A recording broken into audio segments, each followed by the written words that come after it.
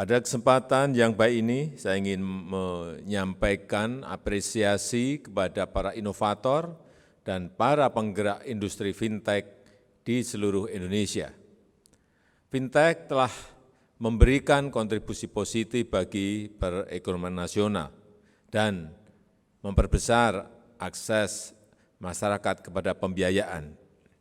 Saya tahu bahwa layanan fintech telah berkembang sangat pesat. Kontribusi fintech pada penyaluran pinjaman nasional di tahun 2020 mencapai 128,7 triliun, meningkat 113% year on year. Sampai September 2020, terdapat 89 penyelenggara fintech yang berkontribusi 9,87 triliun pada transaksi layanan jasa keuangan Indonesia. 15,5 triliun rupiah disalurkan penyelenggara fintech equity crowdfunding berizin. Hal ini merupakan perkembangan yang luar biasa.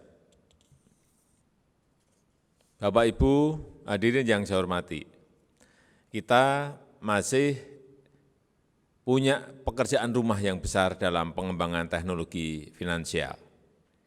Indeks inklusi keuangan kita masih tertinggal dibandingkan beberapa negara ASEAN. Di tahun 2019, indeks inklusi keuangan kita 76%.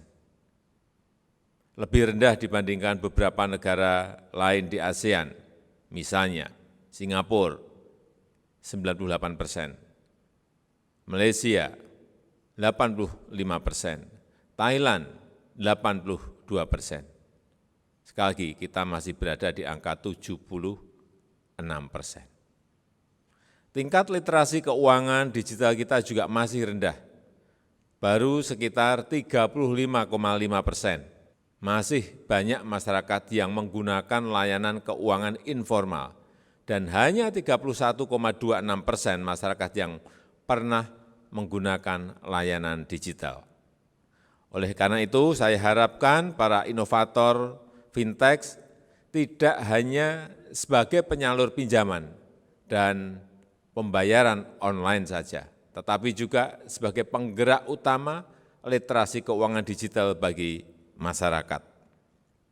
Sebagai pendamping perencana keuangan, serta memperluas UMKM dalam akses pemasaran e-commerce. Para inovator fintech juga harus mengembangkan diri secara terus-menerus untuk menjalankan fungsi agregator dan inovatif kredit scoring, memberikan layanan equity crowdfunding dan project financing.